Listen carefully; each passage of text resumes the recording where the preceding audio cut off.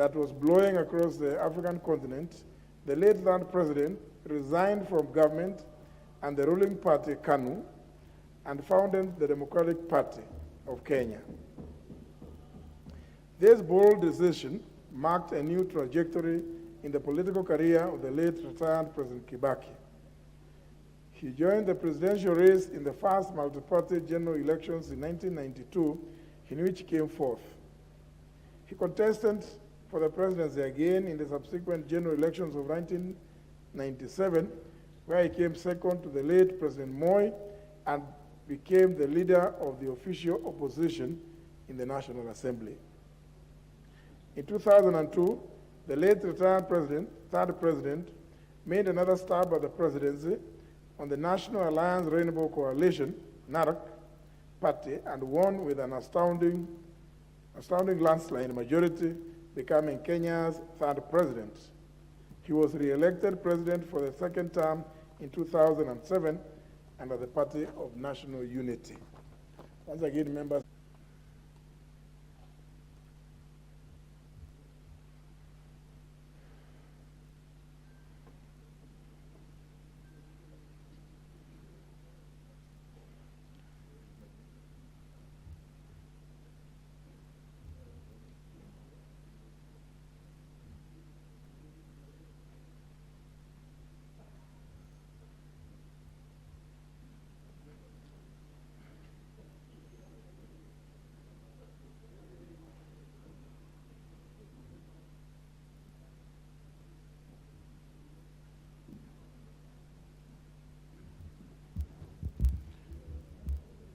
Honourable members, the late retired third president will be remembered for major milestones that transformed the country's economic, social, and political landscape.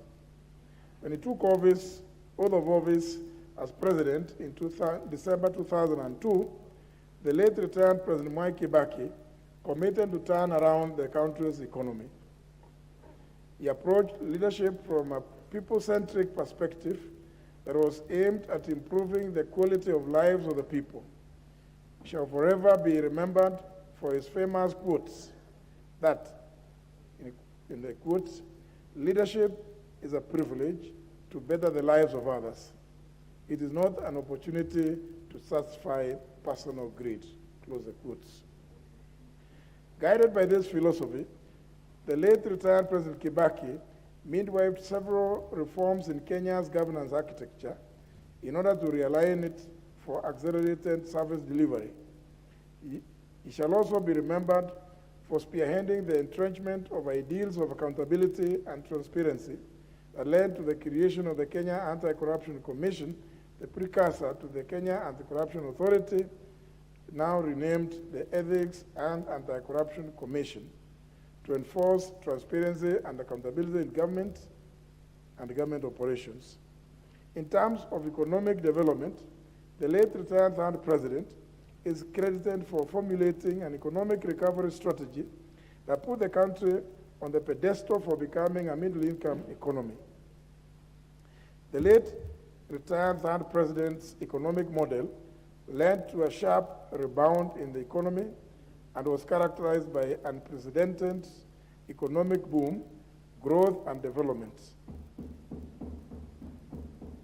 Indeed, you may all recall and remember that within the first term of his presidency, Kenya's GDP rose from a low of 0.6% in 2003 to about 9% in 2007.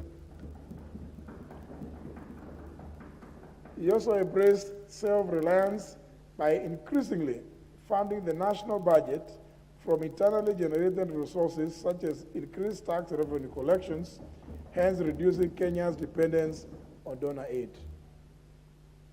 Honorable members, the late retired President MWAI KIBAKI made momentous contribution to infrastructure development in the country. He shall be remembered for ambitiously rebuilding, modernizing, and expanding Kenya's infrastructure.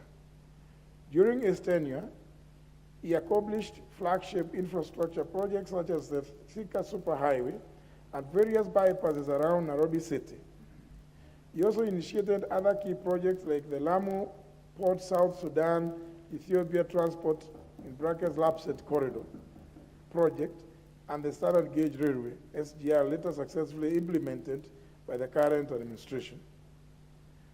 The late retired third president will also be remembered for his progressive economic policies that led to exponential rise in microfinance institutions and access to financing, which spanned economic development in the country.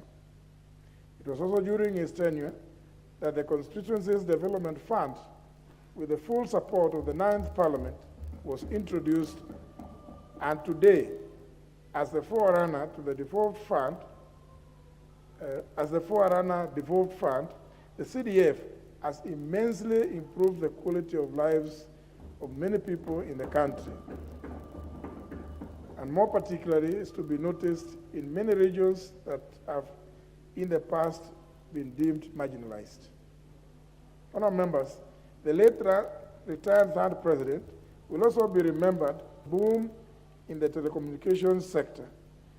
It was during his time that he laid the foundation for growth in mobile telecommunications and internet connectivity that has positioned Kenya as a mobile and ICT innovations hub.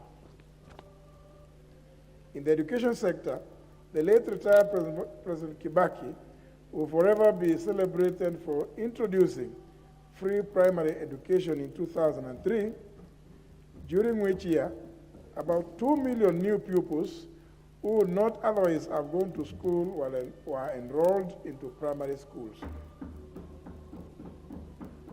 The progressive implementation of free primary education immensely contributed to the realization of universal primary education in the country and laid the firm foundation for the rollout of tuition-free day secondary education, which presently guarantees a 100% transition from primary to secondary schools. His administration also expanded access to university education by granting charters to several university colleges across the country to become full-fledged universities. The late retired President KIBAKI will also be remembered for his role in the constitution-making process in Kenya. Despite the failed attempt in 2005, the late retired third president remained resilient, successfully navigating the divergent constitutional views and bequeathed Kenya a new constitution promulgated on the 27th of August 2010. Honourable members, in order to consolidate the socio-economic and political gains made during his presidency and provide a development roadmap for posterity, the late President KIBAKI developed the Kenya Vision 2030, an economic blueprint to serve as a vehicle for accelerating and transformation of the country into a newly industrializing middle-income country by the year 2030. The late retired President KIBAKI remains an enigma and a steady people-centric leader who evidently personal gain. He was an epitome of gentlemanly and non-confrontational leadership that inspired a sense of duty to serve and not to be served. Honourable members, on behalf of the National Assembly, the Parliamentary Service Commission, and indeed on my own behalf, I pay tribute to this great fallen Kenyan hero and convey our sincere condolences to the family, friends, and the nation at large for this great loss of a true statesman. Further, I take this singular opportunity to thank Kenyans of all walks of life who have managed to come and pay their last respects to the departed former head of state, whose body is lying in state here in Parliament. Honourable members, in honor of the selfless service rendered to the community and the nation by the late retired third President of the Republic of Kenya, His Excellency Emilio Stanley MWAI KIBAKI, I request that we all stand and observe a moment of silence in his honor.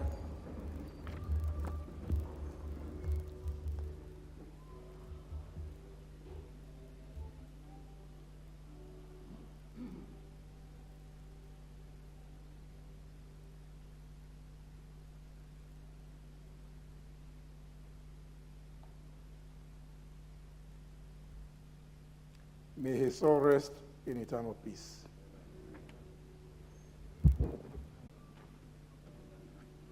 Honourable members, I can see already there are over 40 requests. So, honourable members, I would want us to agree on the time that each member, how much then? 5 minutes.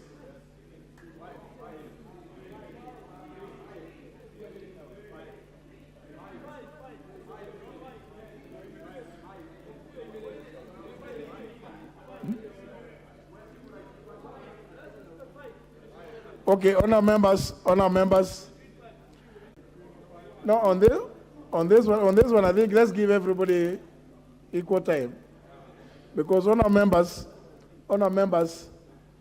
at exactly 4:45, there is a request that we shall adjourn proceedings so as to leave the chamber to allow the military to perform some of their ceremonies, and then at the tail end, we accompany the body up to the gate where the national anthem will be played, and we bid farewell to the body of the late president.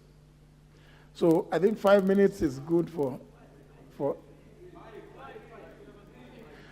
so the honour members, the more time we take not making the decision, we have 5 for everybody. Very well.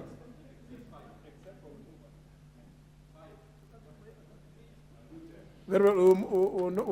We'll skip orders 3, 4, 5. I'll go to 6. All the way to 7. Yes. Order number 8, exceptional motion, honor and tributes of the House. Leader majority. Thank you, Honourable Speaker. Honourable Speaker, I beg to move the following exceptional motion, that following the presidential proclamation in the passing on of His Excellency MWAI KIBAKI, Chief of the Golden Hearts, the 3rd President of the Republic of Kenya, the tributes of this House be recorded in special honor of the late retired President's long uninterrupted service in this House, his selfless service to the Republic, exemplary achievements, accomplishments of the country, his role in shepherding Kenya into a new constitutional dispensation in 2010, and for his patriotism and role in promoting socio-economic growth and development of the Republic of Kenya and the East Africa region.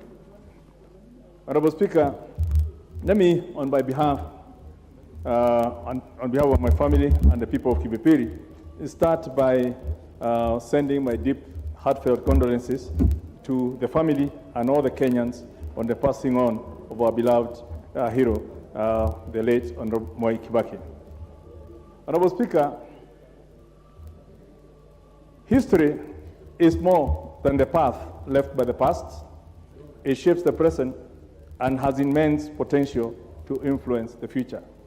And these are words that were said by the former Speaker of the House of Commons, John Barco, when he recounted the steps in history that the House had taken since the 10th century.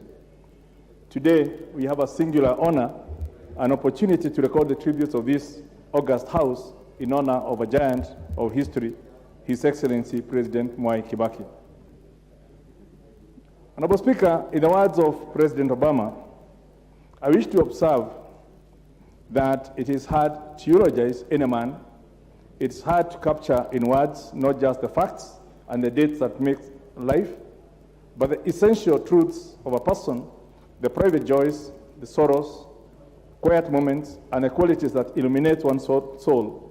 How much harder to do so for a giant of history, whose legacy is not only our cherished constitutional democracy, by the many aspects that form our social and economic struggles as a nation, and some of which you have enumerated, and the others that are flowing from the public as they talk about the great man. Honorable Speaker, like other giants of history before him, Honorable KIBAKI came from a very simple family as the last born of a humble peasant farmers, and he would, as expected, have spent the early childhood assisting his parents to carry out the normal family chores as a handsboy, and including ferrying tobacco from Othaya through the mountain Abadeas all the way to Naivasha and eventually to Donyunjeru when he was a young boy. But this did not deter him from rising to serve his country in the highest office in the land. And I don't want to go through his education, you've covered. But Honorable Speaker, as I stand before this House to mourn and pay tribute to my political mentor, the late President, who was a great economist and a leader to which this country owes a great deal of gratitude. He served in various capacities and left commendable changes wherever he went. As you have mentioned, he started an assistant minister. Then he was appointed a full minister since 1969 to 1978, and then moved on to become a vice president. And during that time, Kenya saw unprecedented growth. I've read a few of his budget speeches, and which I have here, and members would want to share. The library has quite a good collection of that. And just looking at what was happening in the 1970s, I would like to quote what in the budget of 1970, what he said at that point. That given the shortfall in revenue available to the exchequer at the time, at the existing tax rates, and our recent heavy reliance on the banking system, I should have reduced the level of development spending in the 1976-1977 budget in order to keep our books in balance. I'm, however, reluctant to do this, particularly if it delays the restructuring of our economy and its recovery from the recent recession. And he went on to say, and I quote, domestic long-term borrowing achieved a new peak this year. I'm, however, concerned that in the recent years, the only significant subscriber to government stocks has been the NSSF, and that other financial institutions, such as the insurance companies, have invested their surplus funds in property or left them as deposits in banks. I encourage that a greater part of these funds must be drawn into the development effort, and the government is working to increase the attractiveness of government stocks. This was in the 1970s, and the articulation on financial matters was unmatched. Honorable Speaker, despite the political challenges our country faced at that point, President KIBAKI always distinguished himself as a great servant, hell-bent to adopt and implement policies geared towards sustainable economic growth, ensuring the overall betterment of the lives of Kenyans. Personally, I knew him as a great friend, having met him about 28 or 30 odd years ago at personal level, golfing circles, and later on he was to become my mentor in 2002 when he encouraged me to get into politics, and immediately pulled me into his cabinet in 2003. I remember the date, the 3rd of January 2003, and I was to stay in the cabinet alongside him for 10 years. I watched all these developments that you've articulated as they unfolded, as they were being planned. And I know he was a great gentleman, what you would call a gentleman par excellence, what leadership others would call a global level 5 leader, who is typified by exuding rare greatness, but with a huge sense of humility. And I think that's what he had. Honorable Speaker, after serving as leader of the opposition, he ascended to power at a time of despair and frustration and economic turmoil. And within the first 100 days, he implemented one of the most hailed legacies, especially on the free primary education, which increased the literacy levels to 72%. I'll skip quite a bit of some of the things that I've said in the interest of time. But, Honorable Speaker, I have reviewed a number of documents, including his first speech, and I've learned a number of the things. And allow me to quote, Honorable Speaker, one of the critical paragraphs in his speech at Uhuru Park when he came up to power. And for those who get a copy of that, that's paragraph 5. And he said, "You've asked me to lead this nation out of the present wilderness and malaise into the promised land. And I shall. I shall offer a responsive, transparent, and innovative leadership, and I'm willing to put everything I've got into this job because I regard it as a sacred duty." And we all know he put all his energy into serving Kenya for the 10 years. I've offered our competitors a hand of friendship. We have been through a long and sometimes bitter electioneering campaign. Now the elections are over, that there should be no bitterness. And he lived to that. Let us all unite in forgiveness, reconciliation, and hard work to rebuild Kenya. Nation building requires joint efforts of all Kenyans. Let us work for our common destiny and advance our common aspiration to bequeath a better country to our children. And over the 10 years, he lived to those words. Honorable Speaker, within the same, I think within paragraph 7, he articulated, and I quote, one of the things he said, "We want to bring back the culture of due process, accountability, and transparency in public office.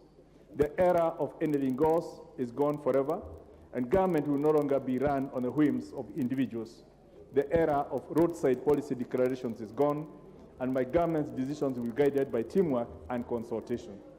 And he went on to say, which is very important for us here today, that the authority of Parliament and the independence of the judiciary will be restored and enhanced as part of the democratic process and culture that we have undertaken to bring to foster.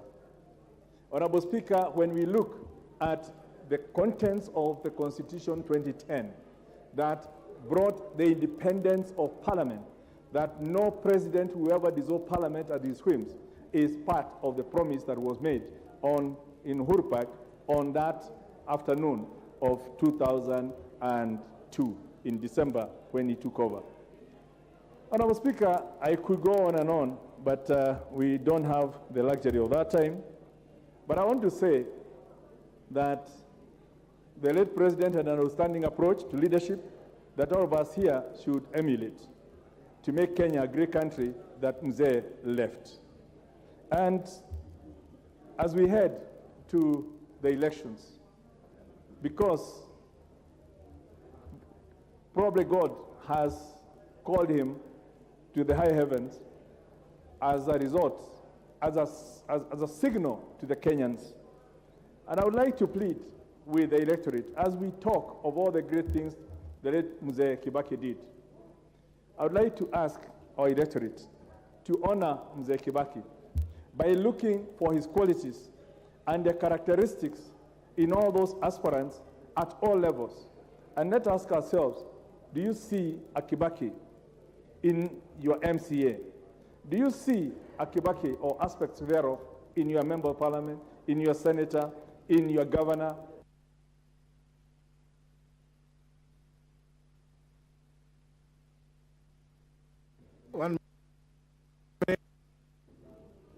Thank you. Honorable Speaker, I want the electorate to ask themselves whether they see a KIBAKI or aspect thereof, those attributes that we are all talking of. And we are saying he did very great, so that we don't just look at, as we say traditionally, that you talk of a cow had milk after it has passed on. We want to look at what do our cows have milk even into the future when they are still living. And I would want to ask to challenge our electorate. Let's look for those qualities in our leaders as we go to those elections, and Kenya shall be a great country as he planned it, as he sowed the seeds, as created the frameworks for, and we all crave so that our children's children will bequeath to them a better country. Honorable Speaker, I really, in the interest of time and all the other members, I want to stop it there. I could go on forever. It touches me personally from our close relationship with him, and I have missed a friend, a mentor, and I believe wherever he is, I would hope that he's looking down upon me and the others that he mentored, and he will help us on our journey through this political thickness. Honorable Speaker, with those words, I beg to move. Deputy Minority Whip, Honorable Eseli.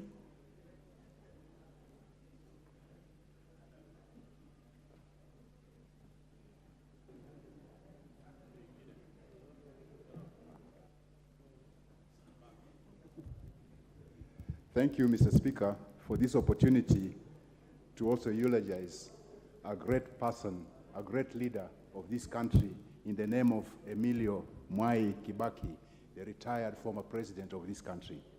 Mr. Speaker, for us in the western part of Kenya, KIBAKI held a special place. Indeed, in the year 2002 election, the western part of Kenya gave KIBAKI close to 80% of the vote from Western Kenya. Mr. Speaker, this was not just because of the influence of Michael Wamalwa Kijana, but because the Western Kenya people had great hopes in KIBAKI's government. And indeed, KIBAKI did not disappoint in his tenure. Mr. Speaker, if I were to narrow down to the constituency that I represented then, Kimilili constituency, we had a special place for KIBAKI.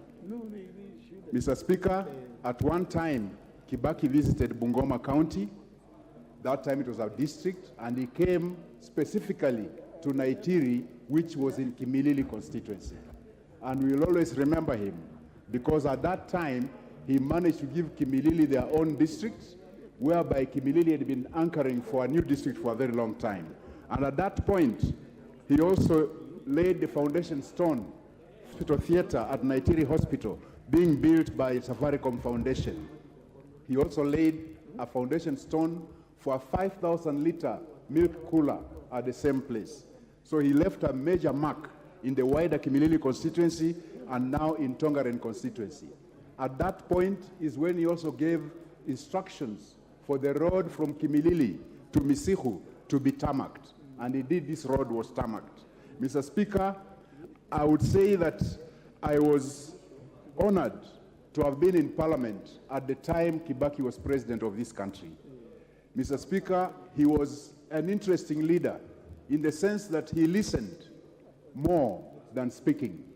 At one time, when there had been the Tokyo embassy scandal and Honorable Wetangula had stepped aside as the Minister for Foreign Affairs, he had called us for a meeting at Harambee House, members of Parliament from Western, and I told Honorable Wetangula that I'm going to ask the President to reinstate you.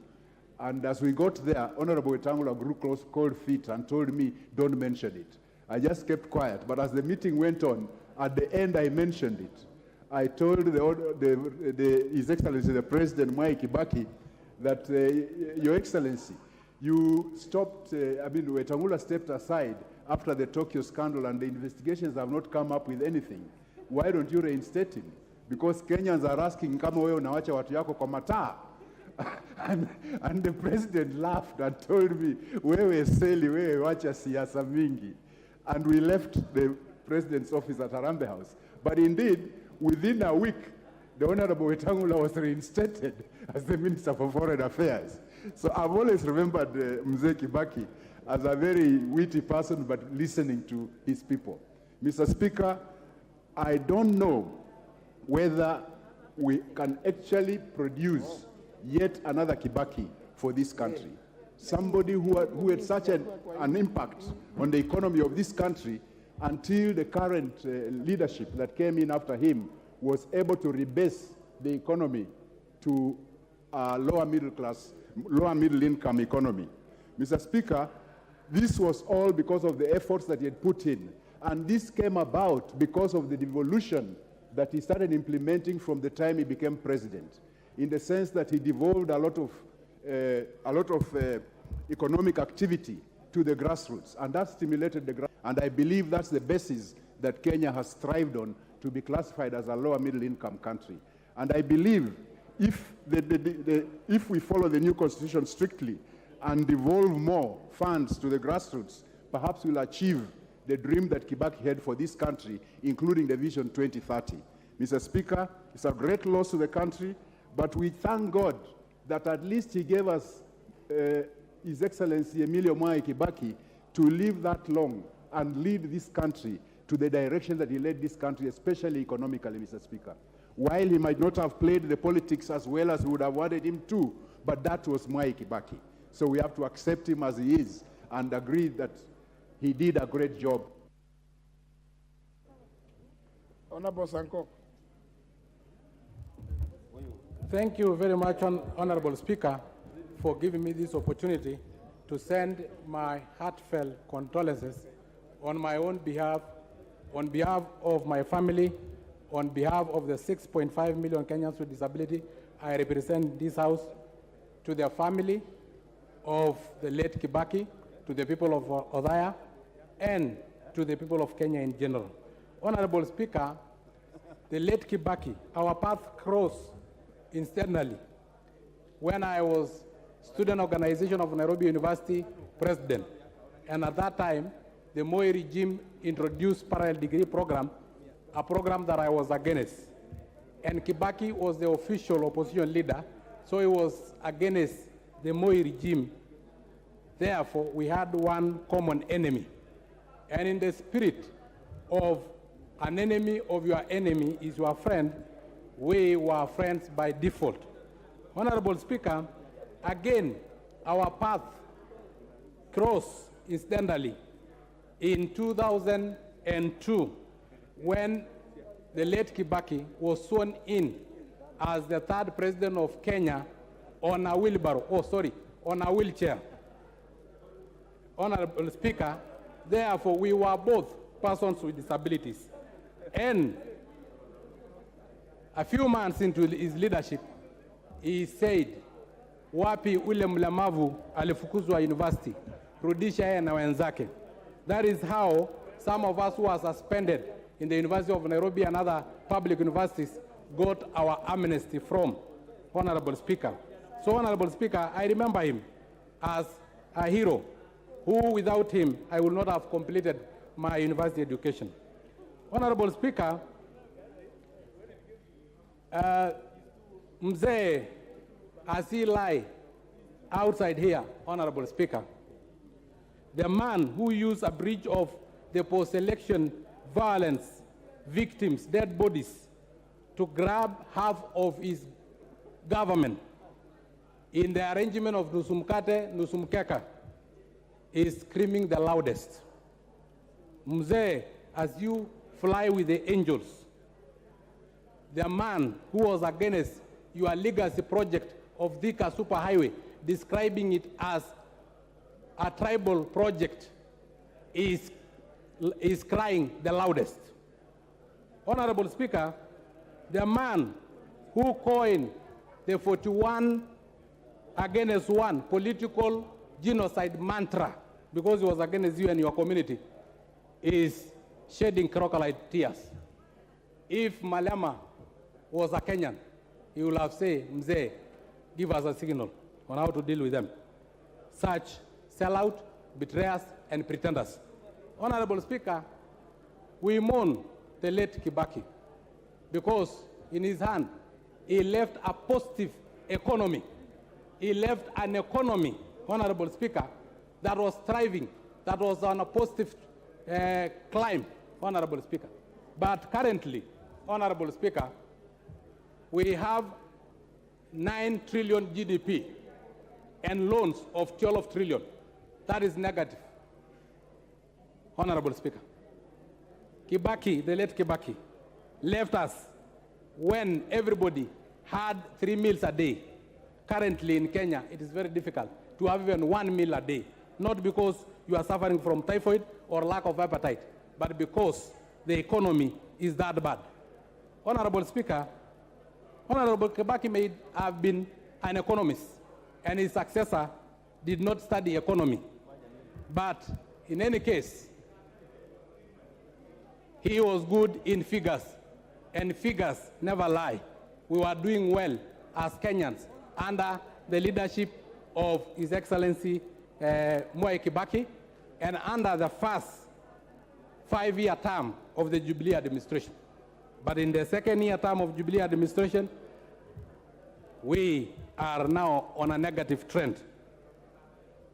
May the soul of our hero, His Excellency MWAI KIBAKI, rest in peace. Fly with the angel, Your Excellency MWAI Emilio KIBAKI. Thank you, Honorable Speaker. Member for Alienda, Honorable Tiende Amolo. Speaker, on behalf of the people of Kieni that I represent, and on behalf of the Nyeri people, Honorable Speaker, I want to convey my very, very sincere condolences to the family, friends, and relatives of the third President of the Republic of Kenya. Honorable Speaker, as the country mourns the third President, we should always remember that he was a father, he was an uncle, he was a grandfather, he was also a great-grandfather to many. So I take this opportunity to convey the message to the family and friends. Honorable Speaker, I had an opportunity to interact with the third President, Honorable Speaker, at a tender age when I was at the university. Honorable Speaker, in the year 1998, Honorable Speaker, when our Member of Parliament, the late Munene Kairo, passed on, I decided to vie as a Member of Parliament, Honorable Speaker, in 1998. And I remember, Honorable Speaker, the third President inviting us, because he was the chairman of DP, inviting us for a meeting with all the aspirants who are contesting for the Kieni parliamentary seat. And I remember him asking me, young man, you seem that you are a young man and you are contesting for this seat, but we are beseeching you, because you still have a lot of time and bright future in front, ahead of you. I beseech you, that time calling me Mathenge, that a time will come when you will be elected as a Member of Parliament. So consensus, Honorable Speaker, did not just start the other day. There was consensus, and we agreed that we was to support Dr. Chris Murugaru. And for sure, we supported Dr. Chris Murugaru, who became the MP for Kieni. Honorable Speaker, 15 years later, I was elected as a Member of Parliament for Kieni because I listened to him. Honorable Speaker, I want to say that the leader that we are bidding farewell today has many hearts, has many attributes, has many virtues, Honorable Speaker. And maybe to just highlight a few, one of them being humility. We all remember that when the third President was serving as a Vice President and also as a Minister in the KANU government, there are many times when he was humiliated. There were times that he was actually demoted from the Vice Presidency taken to the Ministry of Health. He did not abscond duty. He continued serving the country because he knew in any opportunity that you are given, he used to say, Honorable Speaker, that when you are given an opportunity to serve, you are given an opportunity to serve, not to enrich yourself. Honorable Speaker, the third President detested lazy people. The third President, Honorable Speaker, detested corruption. And Honorable Speaker, if you remember, during his tenure as the third President, when there were allegations of corruption, even with his closest friends, they were actually dropped from the cabinet. Honorable Speaker, that is the kind of leader, Honorable Speaker, that we will forever remember. Honorable Speaker, free education, the free primary education, Honorable Speaker, is something that will remain in our hearts, Honorable Speaker. There are many people, there are many students that I have come across, Honorable Speaker, who said, were it not for his intervention, they would not have gone through the primary education. Honorable Speaker, our farmers will never forget Honorable MWAI KIBAKI, because new KCC, when KCC had been taken over by private individuals, when he took over power, he reverted that corporation back to the farmers. And now the farmers are happy about the milk and the prices that they are getting. Honorable Speaker, we from the mountain can never forget what he did in terms of the road infrastructure. Remembering the Thika superhighway, we all know the kind of jam that we used to have, you know, clogging all the way, the entire Thika road. And of course, with the coming up of the Thika superhighway, definitely, even the land, the value of land in our areas also improved. Honorable Speaker, we can say a lot about the former president, but to say the least, Honorable Speaker, is to say that we need to learn from all the virtues that the third president instilled to us and tested people who are involved in corruption, and he encouraged us to work hard. He is the one, Honorable Speaker, who moved from our economy, from down there, Honorable Speaker, to now a thriving economy. Those are the lessons that we need to learn from the third president. May his soul rest in eternal peace. Thank you. Thank you, Mr. Speaker. Mr. Speaker, on my behalf of my family, on behalf of the great people of Kiminini, and Trans Nzoia County at large, Mr. Speaker, to bring our message of condolence to the family of the late President, friends, and the entire nation. Mr. Speaker, when you read the Bible, the book of Ecclesiastes, the Bible says there is time for everything. There is time to be born and there is time to die. Indeed, it was too early, Mr. Speaker, for the late President MWAI KIBAKI. MWAI KIBAKI leaves behind a positive legacy, Mr. Speaker. He was indeed a family man, Mr. Speaker. From his busy schedule of politics, he found time for his family. And this is a big virtue, Mr. Speaker, that other leaders must emulate, Mr. Speaker. Mr. Speaker, secondly, when it comes to the matters of the economy, Mr. Speaker, the President took over when the growth of this economy was at 0.06%. And he managed to drive it to almost 10%, Mr. Speaker. Mr. Speaker, MWAI KIBAKI believed in planning. It is said, Mr. Speaker, that failing to plan is planning to fail. Indeed, he's the one who came up with the Vision 2030, Mr. Speaker. The Vision 2030 is the economic blueprint, Mr. Speaker, that all other policies are anchored to. And, Mr. Speaker, in the Vision 2030, the President envisioned Kenya to be a middle-income economy, Mr. Speaker.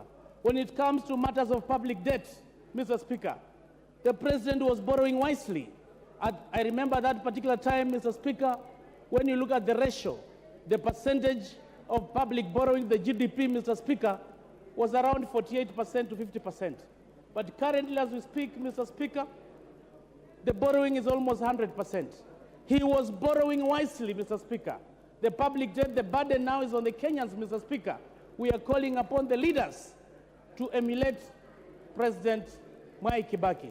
Mr. Speaker, on matters of the taxation, he increased the tax revenue.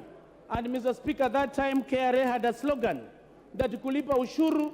He came up with a strategy of ERS, the economic recovery strategy. And this was about wealth creation and employment. Mr. Speaker, I remember that time we had drastic reforms in the banking industry. At that particular time, Mr. Speaker, the cash reserve ratio was low. And the banks at that time in history, they were hawking loans all over, Mr. Speaker. The banks were giving loans to Kenyans at the low interest rate. Mr. Speaker, because we didn't have a lot of domestic borrowing, he had allowed, Mr. Speaker, the SMEs to borrow from the banks. And at that particular time, we salute him because that is the time the economy was growing. There was a lot of money with the SMEs, Mr. Speaker. Employment was created, and we salute for him for that. Mr. Speaker, during this time as the President, there was zero tolerance to corruption. And in every government office you went to, there was that, it was written all over, that zero tolerance to corruption. We salute President MWAI KIBAKI because he was committed to the fight against corruption. I had an opportunity to go to his house with the late Vice President Omalo Kijana, Mr. Speaker. As a young boy, he went to Muthaiga, and I had a chat and had tea with him. I remember very well even Joseph Kamoda was there. And from the communication, he was a humble man. The very first time I went to State House, Mr. Speaker, I was again with the late Vice President Omalwa. After the installation, Mr. Speaker, in Uhuru Park, we went to State House. And at that time, he was still on the wheelchair, Mr. Speaker. And we salute him, the humility he had as a president, Mr. Speaker, the family man, the help when it comes to the economy. So we call upon the leaders of this country, Mr. Speaker, that we are looking for another KIBAKI. A KIBAKI who will revive the economy, Mr. Speaker. A KIBAKI who will reduce the public debt that is burdening Kenyans. A KIBAKI who will manage the cost of living. As we speak right now, Mr. Speaker, the cost of living is very high. The issues of inflation are very high, Mr. Speaker. How I wish that we call upon the next president of this country, Mr. Speaker, who I'm very sure is going to be a KIBAKI movement, Mr. Speaker, that is going to respect the Kenyans. He respected institutions. He respected Parliament, Mr. Speaker. He respected the judiciary. And we salute him for that, Mr. Speaker. I'm told even at that time he could call off cabinet if a cabinet minister was indeed invited to come to Parliament. We salute him for the respect he had for Parliament and the independency of the judiciary. May his soul rest in eternal peace. I thank you. Honorable Duale. Thank you, Mr. Speaker. Mr. Speaker, on the onset, on my behalf and that of the people of Garissa Township and the people of Northern Kenya, I send my condolences to the family, friends, and the people of Odaya who have lost a great leader. And Mr. Speaker, if you allow me, let me quote from the Quran, verse in the Al-Imran chapter that says, every soul will taste death, and you will only be given your full compensation on the day of resurrection. So he who is drawn away from the fire and admitted to the paradise has attained the desire. And what is in this life, what is the life of this world except enjoyment of dissolution? Mr. Speaker, I had the privilege to serve with President KIBAKI in the 10th Parliament, and I want to thank you. Now you are the party leader of the great party that President KIBAKI established many years ago. So you are the only one who is keeping his legacy.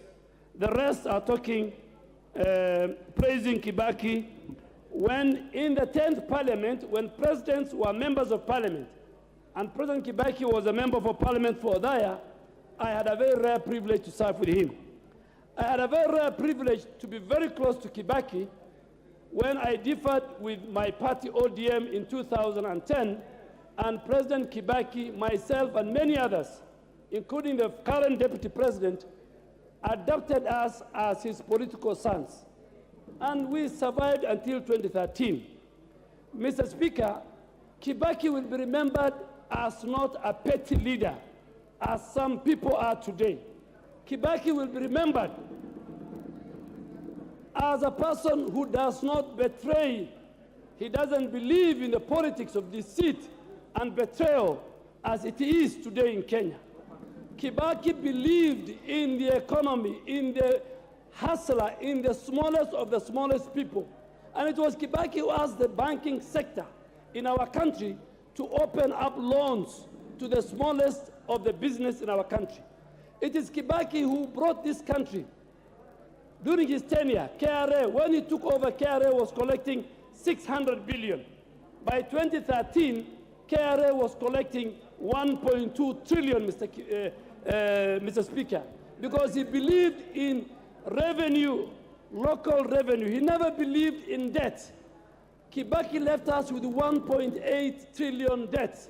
Today, our country is going the route of Sri Lanka, the route of Greece, where we are at 13.5 trillion. Today, when KIBAKI was leaving us, a loaf for 55 shillings. Kenyans are queuing everywhere. And Mr. Speaker, and I want to urge my Christian brothers and sisters, please, when you want to mourn the dead, don't cheat. Don't cheat. Don't shed crocodile tears. We know those who made KIBAKI's life difficult in the 10th Parliament, in the Grand Coalition government. I was a minister. Honorable Charles Kilonzo, Honorable Kimunya are the only two members I can see who were with us in the 10th Parliament. We know how the Grand Coalition, but Mr. Speaker, KIBAKI had the best of advisors. Men like Ambassador Mudaura, people like Kimembia, I don't know what happened to him of late. Unlike today, when you have sycophants, when you have got a cartel that wants to steal from the people, Mr. Speaker, the next leader of the Republic of Kenya must be like KIBAKI. And the closest person to KIBAKI is none other than Honorable William Samoei Arap Ruto. That is the closest man, because the rest worked with KIBAKI. William Ruto will, like KIBAKI, I have worked with him, will turn our economy.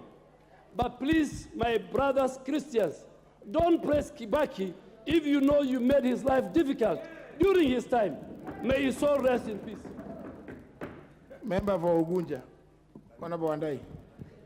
Mr. Speaker, thank you very much. And let me join my colleagues in passing my condolences and those of the people of Ugunja. To the family, friends of the late third president, MWAI KIBAKI, and indeed, the people of Kenya. Mr. Speaker, the more I hear my colleagues speak with passion, the more I'm reminded by Mark Antony in Julius Caesar. You know, those of us who are fans of Shakespeare will tell you that the more things change, the more they actually remain the same. Mr. Speaker, let me say two things. That the Honorable President MWAI KIBAKI was a man of his own class. And I can for sure remember him for two things, if only two things. One, as you know, Mr. Speaker, he was among the very few of his generation, the generation of post-independence Kenyan leaders, who are known for nothing else but nationalism. The Speaker, MWAI KIBAKI lived the spirit of nationalism till he died. MWAI KIBAKI was known as a unifying figure. He was known as a person who was non-polarizing, a virtue that we really need in this country, Mr. Speaker. MWAI KIBAKI was the kind of a statesman that you would need at any given moment in the life of a country. Mr. Speaker, secondly, is the legacy that Honorable MWAI KIBAKI has left behind. You know, Mr. Speaker, many a times leaders struggle to leave a positive legacy. What I've come to learn is that once you are a good leader, like MWAI KIBAKI was, you don't have to struggle to leave a legacy. It just happens naturally. It just flows, as I'm being told by Honorable Wamalwa. Because when you talk about MWAI KIBAKI, what comes to mind? The Thika superhighway. It just comes to mind naturally. What comes to mind? Free primary education, Mr. Speaker. And I'm happy the Honorable Uhuru Kenyatta followed in his footsteps. Because again, if we talk about Uhuru Kenyatta, you would obviously think about the Nairobi Expressway and many other things. So we need, and SGR. So we need really, as we send off this great Kenyan statesman, to relook at ourselves, to think of where we are as a country and where we need to go, Mr. Speaker. Mr. Speaker, I cannot end by saying that MWAI KIBAKI did not work alone. Indeed, he was blessed to work with 3 vice presidents during his 10-year tenure. The Honorable late Michael Wamalwa Kijana, the Honorable Mudi Awori, and the Honorable Stephen Kalonzo Musyoka. Those were his able, loyal vice presidents. And indeed, he was lucky to have had loyal vice presidents. Not like these days when you have a deputy president who has become a leader of opposition. So it is very, very interesting, Mr. Speaker, as we send off the Honorable MWAI KIBAKI, that we need to reflect upon ourselves as a country. That we need a situation that we find ourselves in currently, where a deputy president has become an opposition leader in his own government. That is something that never happened during MWAI KIBAKI's tenure, Mr. Speaker. And therefore, with those very many words, Mr. Speaker, let me say I want to pray to Almighty God to continue blessing this country and to keep the soul of the president, the 3rd president of this country, in eternal peace. Thank you. Honorable Wangwe. Thank you, Honorable Speaker. Honorable Speaker, on behalf of the great people of Navajo, that of my family and that of my behalf, Honorable Speaker, allow me to eulogize the great man, a man who leaves behind lessons rather than a man whom we can talk about in terms of the past. Honorable Speaker, the man, His Excellency Emilio MWAI KIBAKI, leaves behind a lesson on leadership. Leaves behind, Honorable Speaker, that leadership is not just for you, it's for a person, leadership for you as a Kenyan, and leadership, Honorable Speaker, for you as a statesman. Honorable Speaker, Honorable MWAI KIBAKI leaves behind a lesson in terms of leadership of economy par excellence.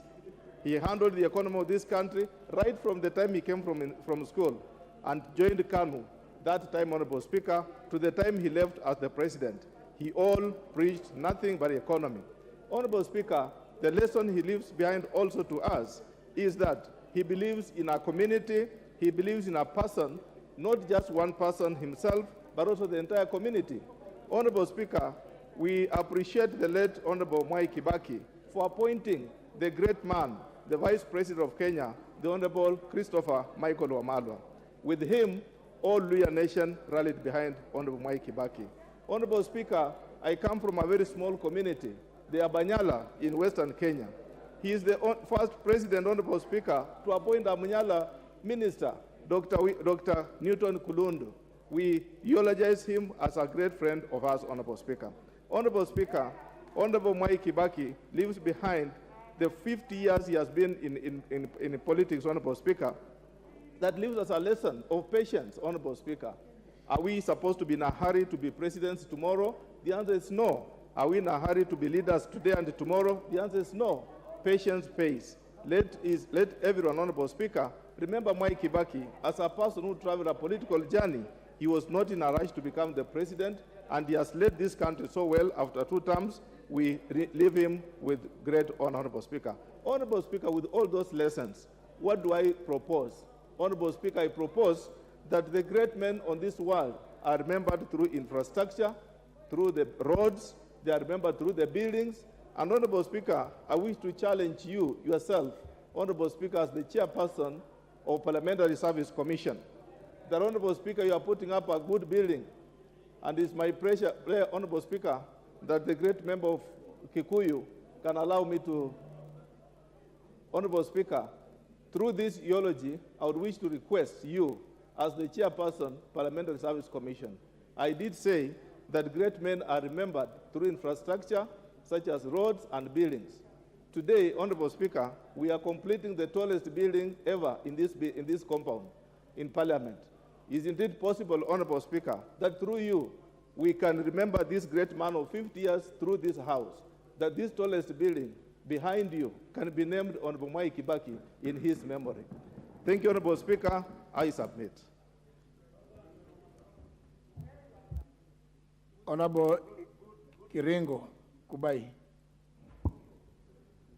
Thank you, Mr. Speaker, for giving this opportunity to pass my condolences to the greatly fallen leader.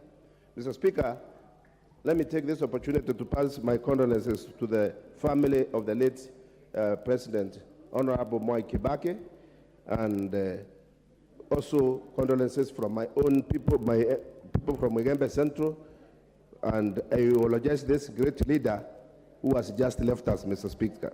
Mr. Speaker, the late President MWAI KIBAKI was not only a leader, a political leader, but he was also he was a CEO, or he was a manager, in that whatever he was doing, he did it and managed it quite well, Mr. Speaker.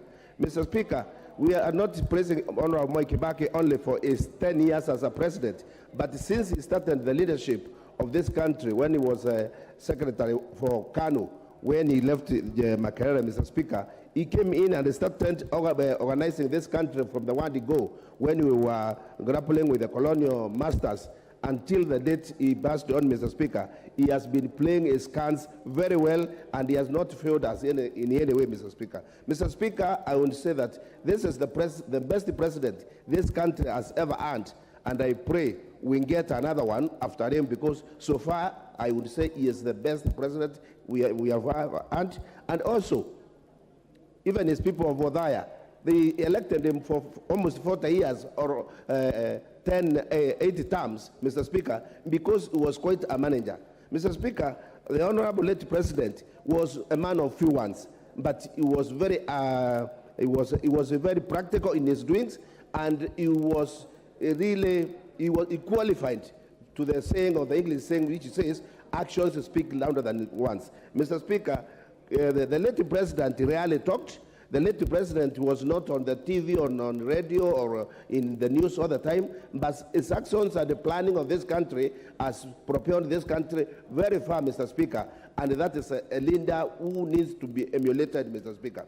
Mr. Speaker, I happened to interact with the late President, Mr. Speaker, when he was in DP and he was campaigning for that party, Mr. Speaker, and he happened to visit my constituency when I was just a member of the party, and I had not even joined active politics. And we had an interaction with him, Mr. Speaker, in a certain hotel where we shared a meal and other leaders.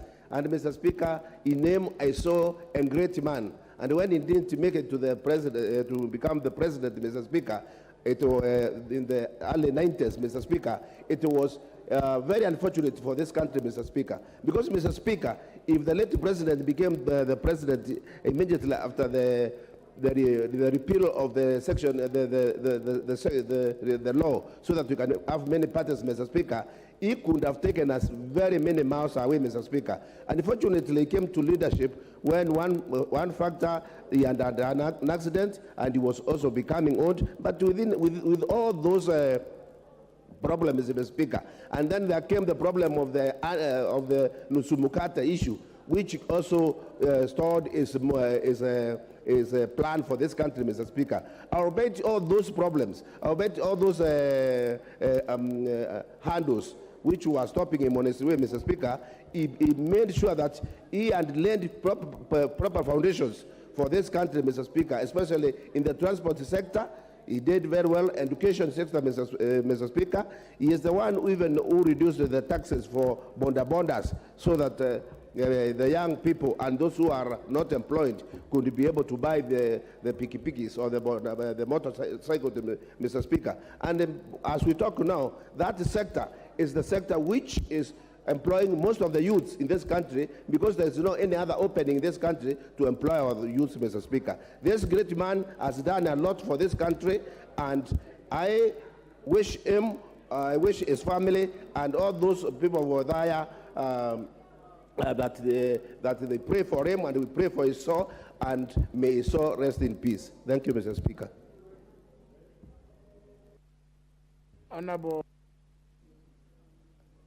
Dindi Nyoro. Thank you very much, Mr. Speaker, for this opportunity.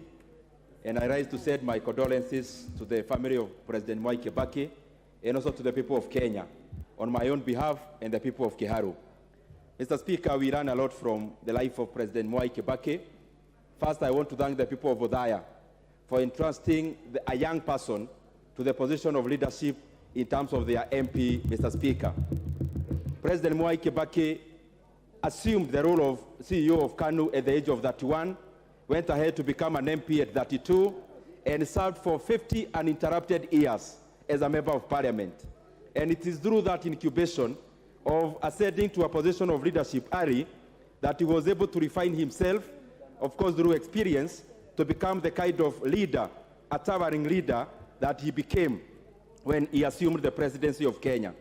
Mr. Speaker, I remember President MWAI KIBAKI for the free primary education, and I remember when he was campaigning, his competitor then actually told the nation that it was impossible to offer free basic education. But President MWAI KIBAKI went ahead to prove them wrong when he, of course, gave the people of Kenya an opportunity to go to school without paying. Also, most of us, Mr. Speaker, went to universities and got places in various universities, courtesy of the policies of President MWAI KIBAKI for opening up space in our private public universities, Mr. Speaker, which previously were held on bed capacity, and also opened up the economy to be able to absorb capital from private sector for establishment of private institutions.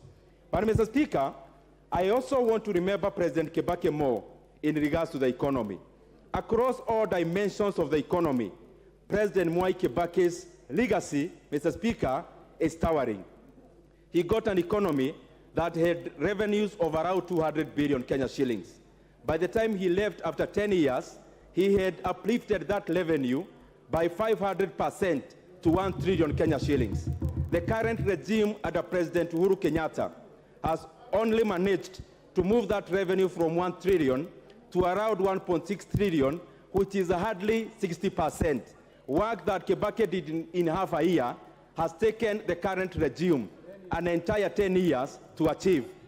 President MWAI KIBAKI got our country and our economy at a point where the total debt was around 600 billion Kenya shillings. Mr. Speaker, he left us with a debt of 1.8 trillion Kenya shillings, borrowing a net of 1.2 trillion Kenya shillings in a span of 10 years. But Mr. Speaker, contrasting with this regime, that debt from 1.8, we have actually surpassed even the limits we have set in this House If you add even the guarantees, now the total debt is going towards 12 trillion. Mr. Speaker, also, economically speaking, President MWAI KIBAKI left our country when the poverty level was around 39%. Mr. Speaker, as we talk now, Kenyans who face multidimensional poverty are just around 63%. 2/3 of Kenyans' households, Mr. Speaker, are living in one way or the other in poverty. And therefore, Mr. Speaker, the country that President KIBAKI left that was booming has, of course, descended into poverty. On the other sector, Mr. Speaker, which is more visible, President MWAI KIBAKI gave a very good environment for our private sector to thrive. Mr. Speaker, most of the banks and most of the companies in the private sector that we are very proud of as Kenyans, and categorically like Equity Bank, like Family Bank, like many other financial institutions around insurance, Mr. Speaker, they got their operating license during President KIBAKI's time. All this, Mr. Speaker, he never managed, Mr. Speaker, to ask for any stakes from these companies. And Mr. Speaker, because I see almost my time is up, among the many qualities we can learn from President MWAI KIBAKI is that it is important for leaders not to be conflicted when they are leading. President MWAI KIBAKI never did business with government when he was president of Kenya. And I want to say, Mr. Speaker, that it is actually criminal for this regime to every time keep on comparing their performance with that of President MWAI KIBAKI. It is an insult, Mr. Speaker, to his legacy. There is no comparison. We can only contrast. And lastly, the selflessness. President MWAI KIBAKI never named any street on his name. Actually, when people approached him to name Thika Road Superhighway on his name, he... Member for your... Thank you. Thank you, Honorable Speaker, for giving me this chance. And on behalf of the people of MWAI, on behalf of my own self, on behalf of the teachers of Kenya, and on behalf of the workers of Kenya, let me take this opportunity to send my apt condolences to the family, friends, Kenyans, and even relatives of the late family of MWAI KIBAKI. Honorable MWAI KIBAKI, the third president of Kenya, was actually an epitome of change in this particular country. He came to power at a time when we had had the long rule of Moi, but he came up with several changes which made the Kenyans to be proud of his rule. Honorable Speaker, this is the president who stopped the roadside declarations and policies which had been the norm of President Moi and which Kenyans were not very happy about. Honorable Speaker, Honorable KIBAKI and President KIBAKI reduced his motorcade. For those who saw Moi's motorcades, and the time we spent on the roads as teachers and students, when Moi was about to pass, sometimes we'd spend the whole day, he reduced his motorcade and made it very easy and very ample, very simple for a presidential motorcade to pass on the Kenyan roads. Honorable Speaker, on internal and external borrowing, this was a remarkable president who made the loans to be very cheap, especially for workers and more so for teachers. For the first time, we saw banks, more so some banks which teachers could not go to, like the Barclays Bank and Standard Bank, come to staff rooms and hawk loans to teachers and workers of this country. We can never forget this. He made the loans to be cheap and to be available for the smallest man in the country. Honorable Speaker, President KIBAKI went ahead to make sure that the teachers got better pay and worked under better conditions of working. There is remembered for the 17.9 billion which he gave the teachers of Kenya as what was called the harmonized salaries between the civil servants and the teachers of Kenya. And that's changed the life of teachers till today. Honorable Speaker, Honorable KIBAKI and President KIBAKI worked on the minimum wage for Kenyan workers, and is the one who raised it almost to the level that was wanted by the international standards and the ILO. And to date, it has been improved such that the minimum wage stands at what is required by the ILO. President KIBAKI did not interfere with trade unions. It was very easy to negotiate as trade unions with the president and government. And at no time when we negotiated for teacher salaries did we even meet President KIBAKI. We met ministers and other officers within the system, and the deal would be done. We would never meet the president himself. He believed in people. He believed in the people he gave office. Honorable Speaker, I cannot forget the fact that President Kibaki did a lot on infrastructure. In Emuhaya, for instance, he's the one who came up with the Stendikisa-Humsalaba Road, which is now in bad condition, and which we are asking the current government to make. He also came up with the road from the Buyangu at Rodis Junction to Ekero, which is serving the people of Emuhaya, and we remember him for that. Honorable Speaker, President Kibaki professionalized the civil service and also professionalized the cabinet. For the first time, we heard that people were being told to text their CVs to the president to see where they can be placed in the ministries. This was powerful, and we loved it. There was meritocracy, and merit ruled the day. Today, we see people being appointed not because they are professionals, but because they are good friends of those who are in power. This we cannot hide from President MWAI Kibaki. Honorable Speaker, I must say that this is the president who braved the issue of free primary school, and which has now grown to subsidized secondary school, which we enjoy today. He was very brave because he said within the first 100 days, he will have brought free primary school. I remember when I met President Uhuru after Kibaki left the throne, I told him that Kibaki has done it all. The best you could do now was to do three things: that you must make sure that the secondary school education is free. You must also make sure that teachers are paid well, and make sure that you build the railway. The rest is a story for another day. Honorable Speaker, President Kibaki was the leader of opposition. Today, people fear to be in the opposition. This, I should say that we go to the next election. Those who will be in the opposition must remain in the opposition so that we have a check and balance in parliament. Hey, you guys, what's happening? I must say, Honorable Speaker, that President Kibaki also is remembered for handing over power to his next president.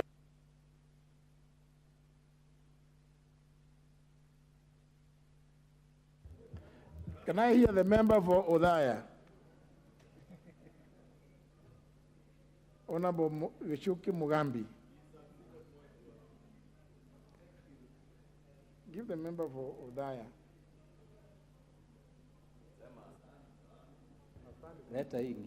Sawa, asante sana. Thank you, Honorable Speaker.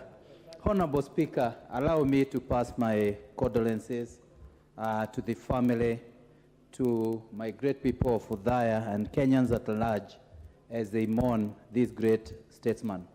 Allow me, Mr. Honorable Speaker, to thank people of Udaya who stood with MWAI Kibaki for that period of 40 years. Allow me to thank Kenyans for giving Rais Honorable MWAI Kibaki a chance to serve them as their president.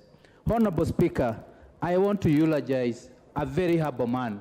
A man, if you remember, Honorable Speaker, who came into power and refused to be called Mtukufu, and is the one who introduced the term Mheshimiwa for president.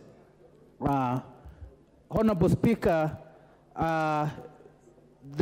we need to remember how humble Honorable Mheshimiwa Kibaki was. He refused, as many of you have said, for any project to be named after him.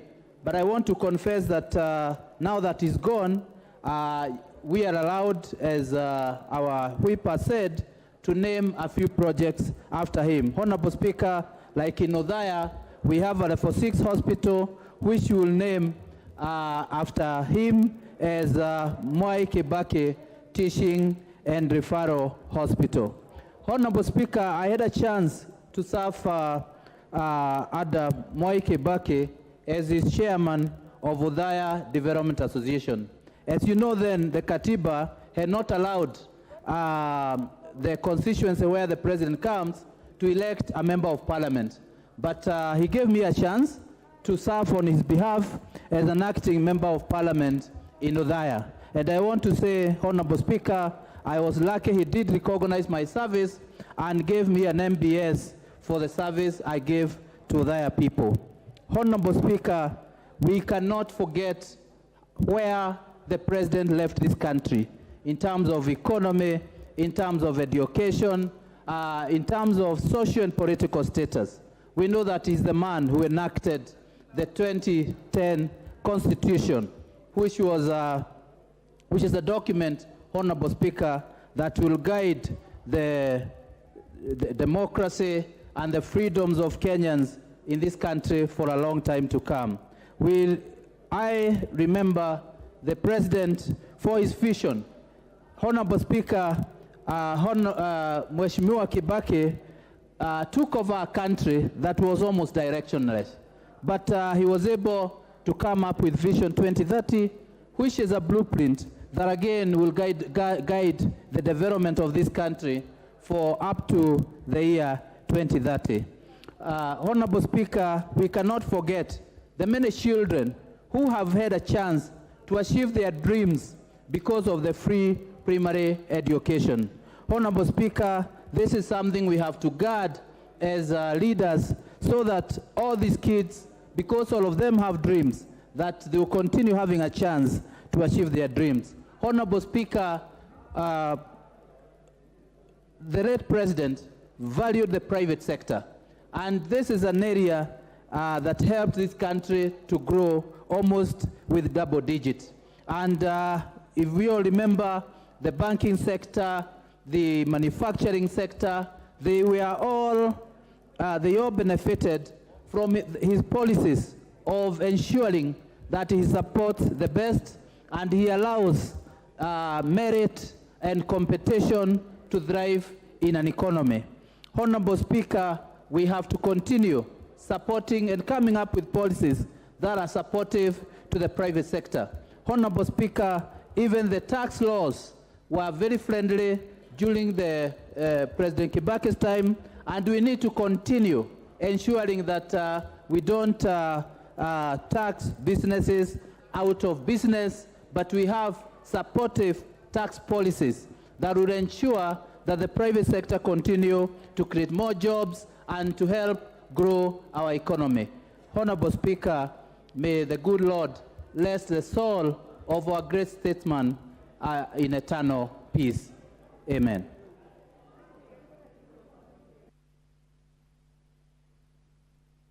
How long is that? Which is... What's your point of order? On Mr. Speaker, sir, I raise on a point of order, and I've noted that, and I appreciate the fact that you have permitted members to speak for 5 minutes each. However, there are at least over 50 to 60 members who would like to address this issue, and I'm requesting we will not have a chance for all of us to speak. The time is 4:30, and if you do the mathematics and the House adjourns at 7, not everyone will be able to pay tributes to His Excellency. So what are you suggesting? I'm suggesting that the time be reduced to either 2 or 3 minutes. We did that for the late His Excellency Daniel Toroitich Moi, where we contributed at 2 minutes each. Can we say 3 minutes?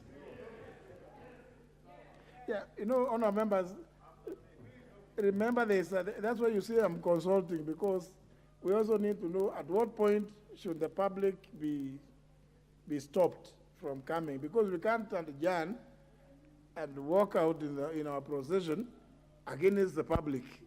So even these people in red attire there should also organize themselves. Honorable Kilonzo. Thank you, Mr. Speaker.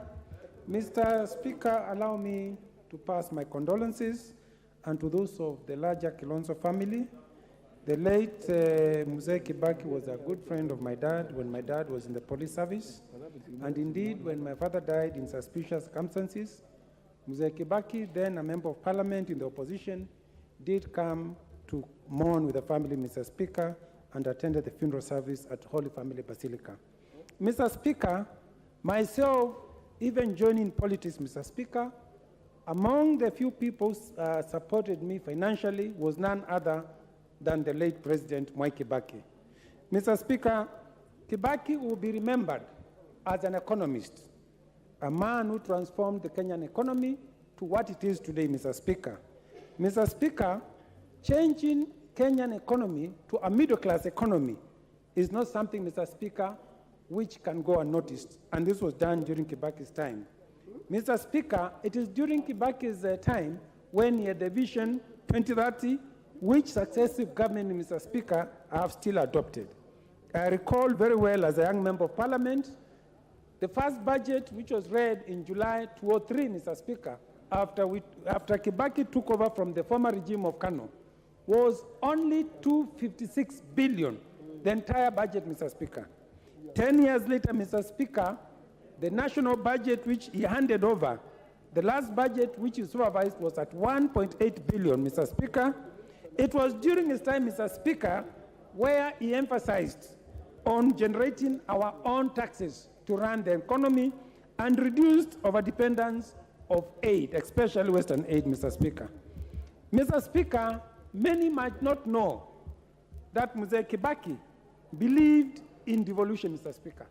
It was during his time, Mr. Speaker, that CDF, which was a private member's motion by Engineer Karue, he actually requested Engineer Karue to surrender the bill to be a government bill, Mr. Speaker, and then the government brought the bill.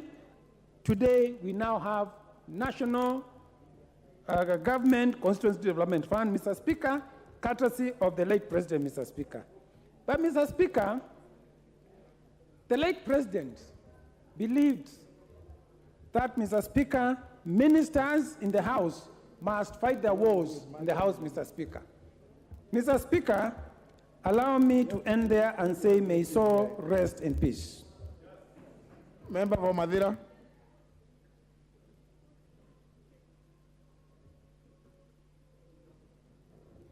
Thank you, Mr. Speaker. I want to, from the onset, send my condolences to the family of the late Mzee MWAI Kibaki, a great man, a visionary leader, a brilliant economist, a Democrat par excellence, and the best president ever in our 5-decade history in this country. Mr. Speaker, the late MWAI Kibaki hailed from Nyeri, the lads of milk and honey, the land of the courageous, the land of the brave, the land of Dedan Kimathi Washuri, the land of Professor Wangari Maathai, and he has done us proud. Mr. Speaker, MWAI Kibaki's pretended over unprecedented economic development that changed people's lives, and by the time he handed over in 2013, Mr. Speaker, he left Kenyans a happy lot. Everybody had money in the pocket. Mr. Speaker, the late Mzee MWAI Kibaki expanded business and created the best environment for doing business in this country. He opened up the East for the people of Kenya to trade with China and other countries. Mr. Speaker, he brought about access to affordable credit. If Kenyans can remember during his time, there were tents outside every building where banks were hawking loans to the people of Kenya to do business. Today, the reverse is the reality. It is MWAI Kibaki who brought free primary education, and he'll be remembered by the people of Kenya for many years to come. Mr. Speaker, MWAI Kibaki had respect for the rule of law. He never used the criminal justice system to manage politics. He managed politics in the conventional way. And he was a gentleman, and he never coerced anybody. He never intimidated anybody to follow his political thinking. He let every Kenyan be. After serving for 39 years as Member of Parliament for Udaya, when the time came for him to retire, he never forced the people of Udaya, who is the next Member of Parliament. When his time as President to retire came, he allowed the people of Kenya to choose their own leader without coercion and intimidation. May his soul rest in eternal peace.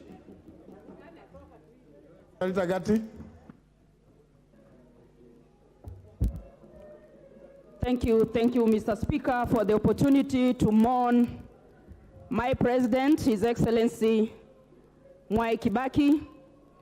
Mr. Speaker, I will remember President MWAI Kibaki as the President of this country, Mr. Speaker, and I remember him specifically, Mr. Speaker, because the Jamhuri Day of 2011, Mr. Speaker, the President awarded me the Head of State Commendation award, the HSC, Mr. Speaker. That is why I use HSC. That is an award, Mr. Speaker, that I received in 2011 from the President, recognizing the work I do in my community, Mr. Speaker. Mr. Speaker, sir, on behalf of the great people of Migori County, and on behalf of persons with disabilities that I represent, Mr. Speaker, in this House, I wish to send my condolences to the family and the people of Kenya. Mr. Speaker, persons with disabilities of Kenya are mourning the President, Mr. Speaker, who basically made their lives better in this country. Mr. Speaker, it is during Kibaki's time in 2003, Mr. Speaker, that the Persons with Disabilities Act was signed into law in this country, Mr. Speaker, and that has been a law that has made it easier for persons with disabilities of Kenya, Mr. Speaker, to actually have their lives and their rights recognized in this country. Mr. Speaker, it was during that time, and Mr. Speaker, going into 2008, when actually this country also, Mr. Speaker, as you may know, signed the UN Convention on the Rights of Persons with Disabilities, Mr. Speaker, making life easier for persons with disabilities. Mr. Speaker, I am a life member of Maendeleo ya Wanawake. Mr. Speaker, Maendeleo ya Wanawake in this country, women of this country, Mr. Speaker, are proud of President Kibaki, Mr. Speaker, because you know that President Kibaki supported Maendeleo ya Wanawake and supported women of this country, Mr. Speaker. We are mourning the loss of our president. Mr. Speaker, free primary education, Mr. Speaker.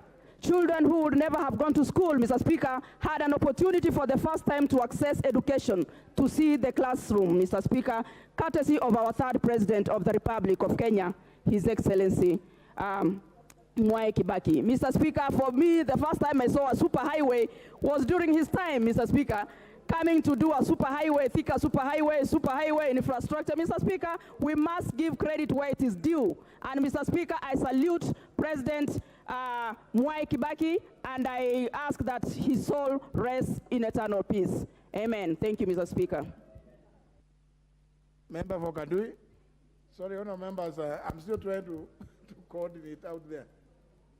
Thank you, Honourable Speaker. On behalf of my family, the people of Kandui, and the entire Democratic Action Party, to send condolences to the family, friends, relatives, and Kenyans for the loss of President Emilio MWAI KIBAKI. Mr. Speaker, I had the privilege of serving with President KIBAKI during the 8th Parliament when he was my leader of opposition between 1997 and 2002. Mr. Speaker, I also had the privilege of having served with him as my president, as both Member of Parliament, and also as his special envoy to the African Union and Somalia, Mr. Speaker. Mr. Speaker, this is a great man, a great leader Kenyans have lost. He was a pillar of stability, Mr. Speaker.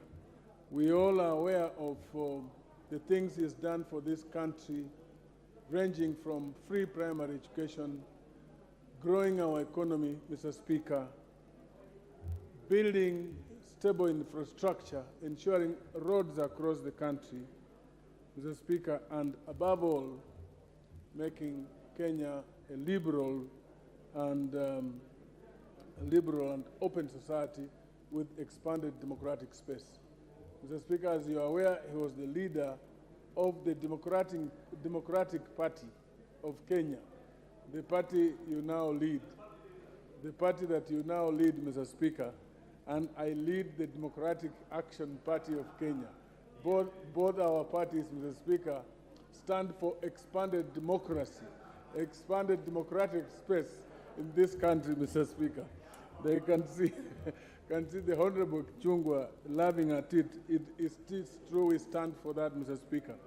And today, as we mourn the late fallen hero, I want to appeal that we emulate the things he did for this country. We emulate the things he did for this country, growing this country, ensuring equitable distribution of resources. He visited Bungoma, my constituency, and started Kibabi Diploma Training College. People had been praying for it for many years. Eventually, he started Kibabi University, and he did many people for which he's going to be remembered, Mr. Speaker. May his soul rest in everlasting peace. Amen.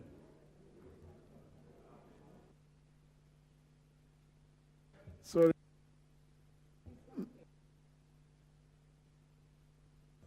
I'm still trying to negotiate to see whether I can get you more. Member for Nyandarua. Thank you, Honorable Speaker. On behalf of myself and on behalf of the great people of Nyandarua, I join all Kenyans in expressing my sorrow and heartfelt condolences to the family of our late former President Emilio MWAI Kibaki. We are praying to God that he may give them comfort and strength at this moment of great pain. Our country is indeed mourning the loss of a great Kenyan who served as a transformative leader for many decades. While we mourn our former president, we must remember to be grateful for his long life. We must also be grateful for his long stint in public service. Since the early days of independent Kenya, he served as a minister, vice president, opposition leader, and finally as president. His long story carries a significant lesson for us. He leaves with us a legacy of service, indeed a great man. The late MWAI Kibaki taught us that leadership is an opportunity to serve others and not to simply satisfy greed and fulfill selfish desires. MWAI Kibaki served the people of Kenya in various capacities for an extended period. His example reminds us of the need for endurance, persistence, fortitude, and humility. Let all Kenyans carry this with them, the memory of a man who served his people and continually sought to improve lives. May God bless Kenya, and may his legacy of the late MWAI Kibaki always shine brightly in our nation. May his soul rest in eternal peace. Member for Narok North. Thank you, Honorable Speaker. I'd also like to take this opportunity to condole with the family of the late Honorable MWAI Kibaki and to tell them that the Kenyan people are with them at this particular time. Honorable Speaker, this is actually what we can call the end of an era. This one is actually the last of the founding fathers that has left us, and the history will always judge him kindly because he has been the best of the best as far as the affairs of these countries are concerned.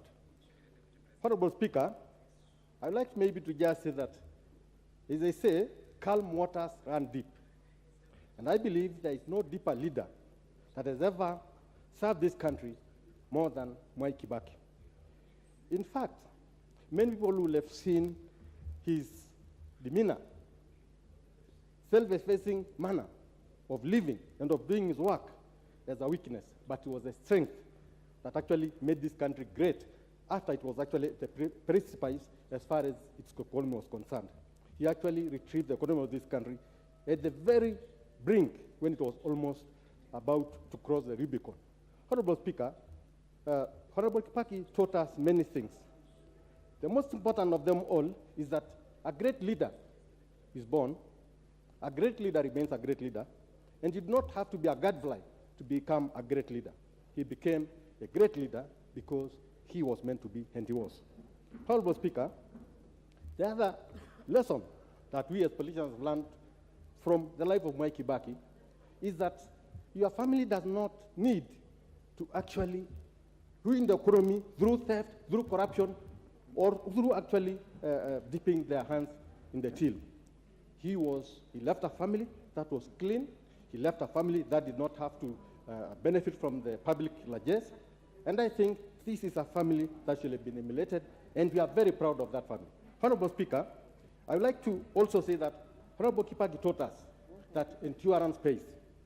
He also taught us that you can actually fall once, twice, thrice.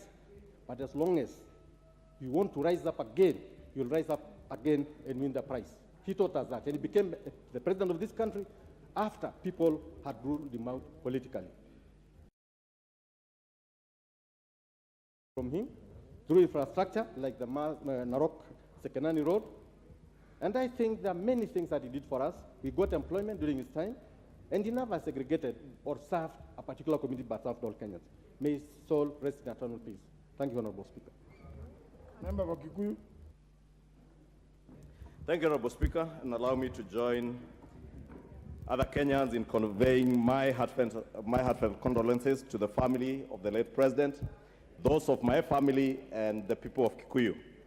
Honorable Speaker, the late Honorable MWAI KIBAKI goes down in history as the greatest president since independence that this country has ever had. He is an economist par excellence, a Democrat par excellence, and he remains in the annals of our history as the greatest president that this country ever had. Honorable Speaker, the late president moved our economy from the doldrums to a renewed economy that was very robust. And Honorable Speaker, he did that, increasing our revenues from an average of 180 billion shillings to close to 1 trillion shillings without having to arrest a single business person in this country, without having to close down a single business in this country. Unlike today, Honorable Speaker, when our revenues are dwindling and we are closing people's businesses, we are shutting down businesses of the likes of Tabitha Karanja, Humphrey Karaoke, and other innocent Kenyans down in Down Road, Nyamakima, Honorable Speaker. Honorable Speaker, the late president was a Democrat par excellence, Honorable Speaker. He knew his boundaries between the state that he ran as president and private business. He knew and understood what state capture and conflict of interest was, and he never entertained it during his reign as president of our republic. And we will live to remember MWAI KIBAKI, the greatest president of our times. Honorable Speaker, it is sad that today, as a nation rises to mourn the death of President KIBAKI, we also mourn the death of the democratic space that he helped open after the dictatorship of the Moi regime. We mourn the death of our economy that he helped to uplift from the doldrums. And in a short 4 years of the handshake regime, the economy has been taken back to where President MWAI KIBAKI had lifted it from. How sad it is, Mr. Speaker, that today, as we mourn the greatest president of all times in this country, Honorable Speaker, we also mourn the death of our economy. We mourn the death of our then robust democracy, Honorable Speaker. And Honorable Speaker, we can only pray that those who tormented MWAI KIBAKI, those who said that he's the hands off, ears off, everything off president, at his hour of death, we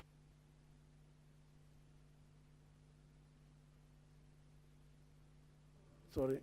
Member for Emuru Adikir. Thank you, Mr. Speaker. I wish also to rise to mourn a great icon, a great president who ever lived in this country. Speaker, even as we look outside there, where the great man is lying, we will remember him for many things, Mr. Speaker. One of the issues that we remember KIBAKI, the late KIBAKI, with is a change of economy in this country, Mr. Speaker. I think when KIBAKI took over, Mr. Speaker, this country was in shambles economically. There were no roads, there were no good schools, there was nothing in this country, Mr. Speaker, which we could be proud of as a nation. KIBAKI changed everything, Mr. Speaker. The GDP of this country was changed completely to levels that we can never imagine. Mr. Speaker, the borrowing in this country was stopped and reduced to a level that when he left this nation, Mr. Speaker, this country was not relying on borrowing, unlike what we have currently. Mr. Speaker, he even helped to change the constitution of this country. I remember even before the change of the constitution, he was among those people who fought for multi-party democracy in this country, Mr. Speaker, and we must give it to him. Speaker, even the Constitution itself, remember the constitutions are usually changed at times of war, but Kibaki changed the Constitution when the country was calm because he accepted that if there has to be a democracy in this country, then we as a nation must accept to change the law. Mr. Speaker, he did a lot in terms of infrastructure. I remember when we used to travel from Narok to Nairobi, Mr. Speaker, we'd go all the way to Nakuru, through Kericho, and then to Kino, and then to Nairobi. But after he took over, Mr. Speaker, he changed all the roads in this country so that each and every road was passable. Speaker, what Kibaki did in a few years, which I think it is only 5 years, he introduced even the free primary education, something which you can't imagine. The current government, which has taken this country for 10 years, has never even improved on the free primary education, Mr. Speaker, not even changing the free secondary education. Speaker, I wish to say, lastly, that Kibaki will be remembered for so many things. And what I'm saying is, even as we remember this great man, those of us who are left behind, suppose this country gave you an opportunity to serve as a president, what will you leave behind? Will you leave a united nation? Will you leave a country that is economically vibrant? Will you leave a country that will remember you for many good things? Or will you leave a country that will be in shambles? Speaker, that is a question that must live with us, even as we are closing the term of this 5-year term of members of parliament going for another election. Speaker, may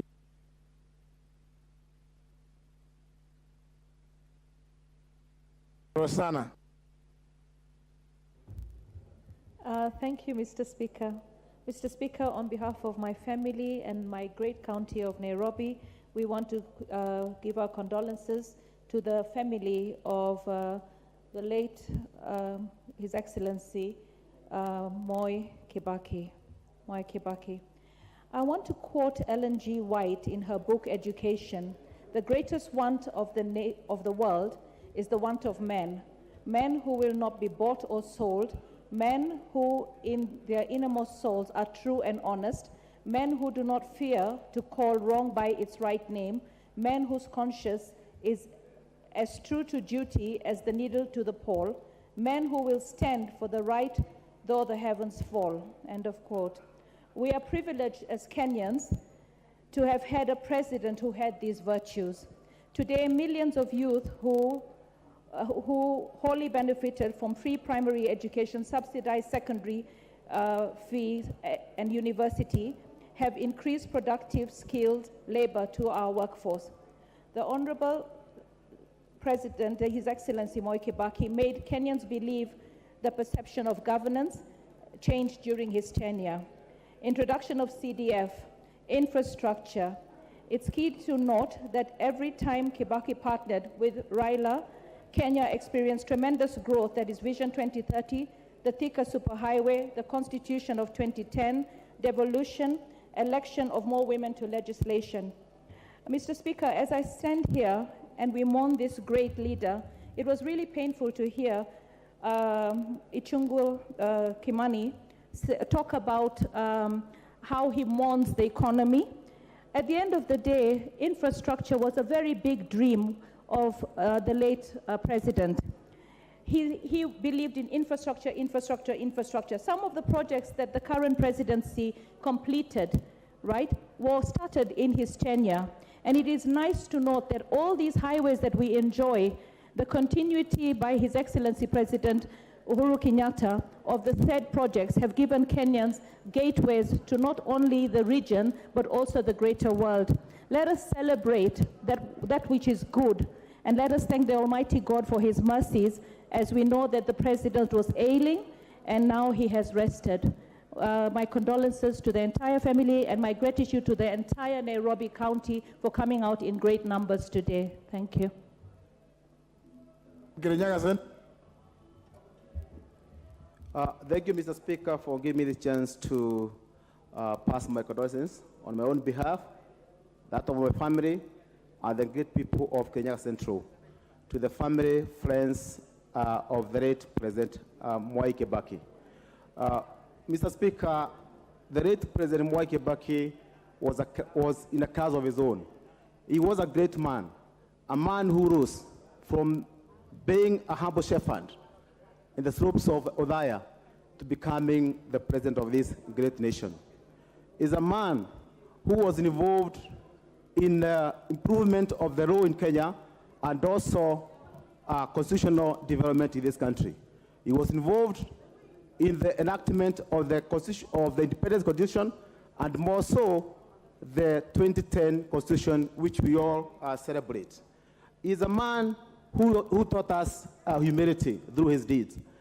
One thing to remember, when he was demoted from being a vice president of this nation to a minister of health, instead of quitting, he went on to serve and served so well.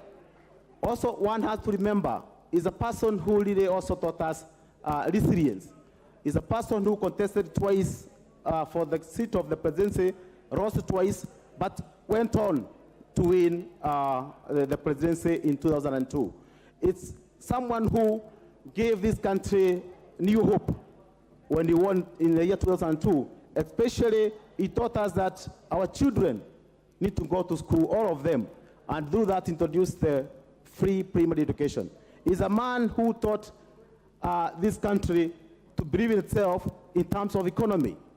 When he was the president, we saw banks hawking loans because the economy had improved so much through his policies. He's also a man who, through him, taught us that in his own class, he was an academic giant, especially considering that those years when he went to school.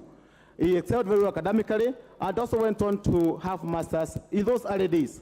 And I think it's true that this great man, we always remember him, especially also his way and gift of being country together, even in the times of turmoil. Someone who never used to suffer fools, someone who never used to be harsh or even dictatorial throughout his management. In fact, he demystified the seat of the presidency in a way that we came to appreciate. You can criticize the president without being disrespectful. May his soul rest. Member for Kajiado South. Thank you, Mr. Speaker. Mr. Speaker, on my own behalf, on behalf of the people of Kajiado South and the people of the great county of Kajiado, I want to send my condolences to the family of the late President MWAI KIBAKI, to the people of Othaya, to the people of this great country where he led for 10 good years, and say, Mr. Speaker, that first of all, I was the last Interior Minister of Kibaki's administration. Then it was called the Ministry of Internal Security and Professional Administration. And I just want to say that economically, Kibaki was a performer. Politically, he was a Democrat. Mr. Speaker, why do I say as a performer? You know, in my first term, 2003 to 2007, in my own constituency, Mr. Speaker, the Emali Loitoktok Road was tarmacked by, the administration of the late President MWAI KIBAKI. It was also in that time that the people of Loitoktok really remember the late president for giving us a district called Loitoktok District, where we used to come up to Nairobi and then go back to Kajiado to get our district services before, Mr. Speaker. Mr. Speaker, the late President MWAI KIBAKI can be remembered for so many good things. Actually, it's just good to say that so far, he is the best president we have actually seen as a country, Mr. Speaker. In fact, we keep saying that he came a little bit too late when the term limits for the president were already in our constitution, Mr. Speaker.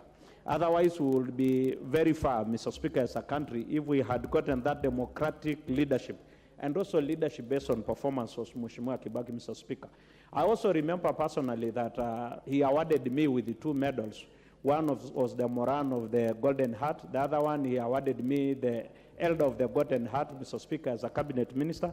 And I benefited so immensely with his wisdom when I used to consult him on matters of security, matters interests of this country, matters politically. And finally, I want to say what he used to tell us in cabinet, that cabinet ministers find time for three things. One, find time for parliament. That is where you will articulate issues. Find time for your constituent and find time for your family. So he was a great family man, and I would like to say, may his soul rest in eternal peace. Thank you, Mr. Speaker.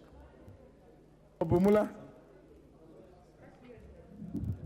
Thank you, Mr. Speaker. From the onset, on my behalf and on behalf of the great people of Bumula, I also wish to pass my condolences to the family of the late President MWAI KIBAKI and the entire nation.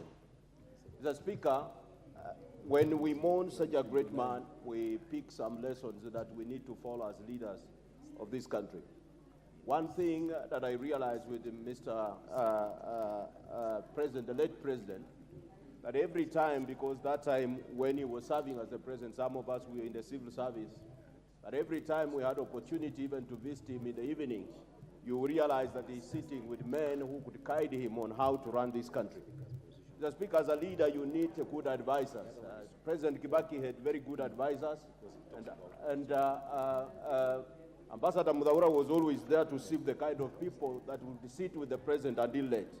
And today we are here to celebrate the great legacy that he has left in this country, a legacy that will be discussed with generations to come, because he was a kind of leader who decided to put the country first and not positions. Mr. Speaker, today you go to the villages, if you talk of the devolution that we can enjoy is actually the CDF that was championed by the late President. Some of the children, when we talked of raising this country from the wilderness, you realize that before KIBAKI became the President, there are people who are learning under the tree. The best classroom, some of the places in this country were muddy walled classrooms, Mr. Speaker. But through CDF today, you go in the villages and you wonder whether these are primary schools or colleges built by the CDF funds. So, Mr. Speaker, this is one man who knew that the country was actually in need of his leadership, and he was not such an insecure leader. He was such a consultative man. He could always give people permission to serve in respective ministries. When you listen to some of those fellas who served with him, they will tell you that they will go to him to consult for advice and see how best to improve this country. Mr. Speaker, to talk less or even more about this man, you realize that the massive infrastructure today that we enjoy in this country, people talk of Thika Road, but you go to even to the villages, you realize that some areas which had no tarmac roads, Mr. Speaker, because of the policy of this great man, people had to enjoy the infrastructure that they had never benefited since independence. I concur with one leader who said here, I think it was the leader of the chief whip of the majority, who suggested that actually such a great man should be remembered. And the building standing behind you, Mr. Speaker, because of your effort also bringing it up, be named MWAI KIBAKI Towers, so that this great man can be remembered by this house.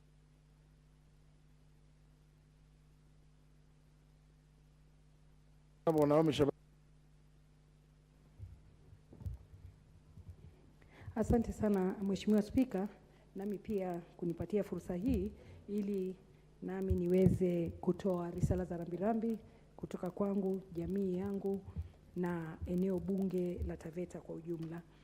Mheshimiwa Spika, Rais wetu wa tatu wa Jamhuri ya Kenya, Mheshimiwa MWAI KIBAKI, alikuwa tu si rais peke yake, bali alikuwa baba mpenda wa watu, mpenda maskini na kuhakikisha kuwa maskini wameinuliwa juu. Mheshimiwa Spika, nilipata fursa ya kufanya kazi naye kwa ukaribu, hata nilivyokuwa niko upinzani. Alikuwa kila mara alipenda kusikiza shida zetu za Taveta na kuweza kututatulia. Vile vile Mheshimiwa Spika, nilivyorudi awamu ya pili, tulifanya kazi na yeye akiwa rais wangu na vile vile akinipatia nafasi ya kuwa kwa baraza lake la mawaziri. Mheshimiwa Spika, baba huyu mpenda watu, baba wa taifa aliyekuwa si mwingi wa maneno, but alikuwa mwingi wa vitendo. alikuwa anataka kusikia Wakenya wanapata faida gani, na ukitaka kumweleza chochote ni umwelezee kuwa Wakenya watafaidika vipi. Mheshimiwa Spika, Mheshimiwa Rais Kibaki alivyokuwa na upendo kwa watu wake, alikuja na njia ya kufanya kazi tofauti sana, ambayo nilikuwa nimetoa shukurani kwake. Nakumbuka baada ya vita vile ambavyo tulikuwa navyo na matatizo tuliyokuwa nayo baada ya uchaguzi wa 2007, alikuwa mtu ambaye alisimama kidete na kuhakikisha kuwa Wakenya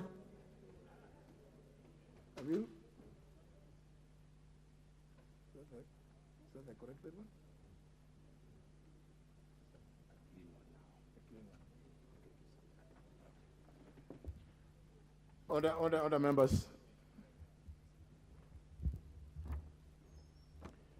Honourable members, as you are aware, that the body of the late retired third President of the Republic of Kenya, His Excellency MWAI Kibaki, has been lying in state within Parliament buildings along the Speaker's walkway for the third and final day.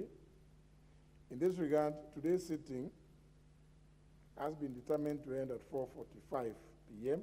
to allow certain steps attendant to the departure of the body of the late retired President to take place before 6 p.m. Therefore, this is a sequence of what is going to follow. Debate in respect to the motion under order number 8, for which the mover has no right of reply, has just ended. Now, the Speaker's procession will leave the chamber as usual. Thereafter, honourable members will leave the chamber and converge at the main Parliament gate facing KICC and await the casket of the late retired third President as it exits Parliament buildings. The Chief Sergeant at Arms will guide members on their designated waiting place. The Speaker, the two leaders of the majority and minority, or the whips, and the Vice Chairperson of the Parliament Service Commission, the clerks of the table, and both the leadership of the Senate will assemble at the Members' Lounge to join the family of the late retired third President of the Republic of Kenya. The leadership will thereafter converge at the Speaker's walkway to form a procession to escort the casket, together with two representatives of the family and the Kenya Defence Forces team.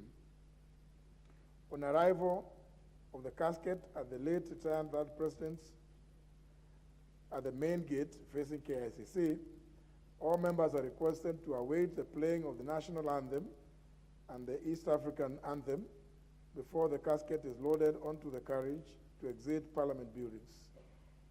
The parliamentary procession will symbolize the House paying its last respects and honoring the late retired third President for his service to the House. The House, honourable members, time being 49 minutes past 4, stands adjourned until Tuesday, 10th of May, 2022 at 2:30 p.m.